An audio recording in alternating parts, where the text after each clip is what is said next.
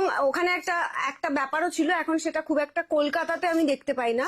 পাড়ার সবাই সবার বাড়িতে গিয়ে বিজয়া করতো এবং সবাই সবার বাড়িতে গিয়ে ঘুগনি খাচ্ছে। ওই বাড়িতে কি হয়েছে, ওখানে ছাঁচ হয়েছে, আছে এই বাড়িতে নাড়ু হয়েছে, মানে আমাদের বাড়িতেও প্রচুর লোকজন চলে আসতো। আমি এখন কোনো দলেই পড়ি না, কিন্তু যদি আগের কথা বলো তাহলে আমি নিশ্চয়ই আমি নাড়ুর দলে, বুঝেছো? নাড়ু তো আমার মানে মোস্ট ফেভারিট।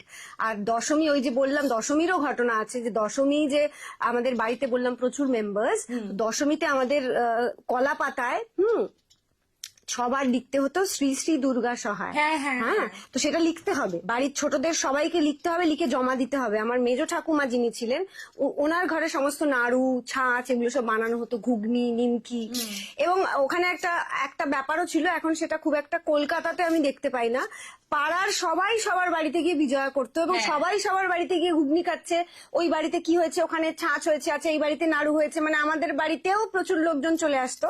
কিন্তু ওই শ্রী শ্রী দুর্গা সহায় আমাদের বাড়ির বাচ্চাদের সবাইকে লিখতে হতো, লিখে ওই জমা দিতে হতো মেজো ঠাকুমার কাছে, যে আমরা লিখেছি দেখো, তারপর নাড়ুটা পাওয়া যেত। ওটার একটা দারুণ অভিজ্ঞতা ছিল আর কি। তো আমি সবসময় নাড়ুর দিকে ছিলাম আর কি। এখনো যদি আমাকে নাড়ু নিমকি বাঁচতে বলা হয়, আমি হয়তো অনেক, যেটা বললে যে খেয়েই চলেছে মিষ্টি কিন্তু থামছে না, ওটা পারবো না, কিন্তু আমি নাড়ুর দিকটাই বেছে নেব। টিম নাড়ু।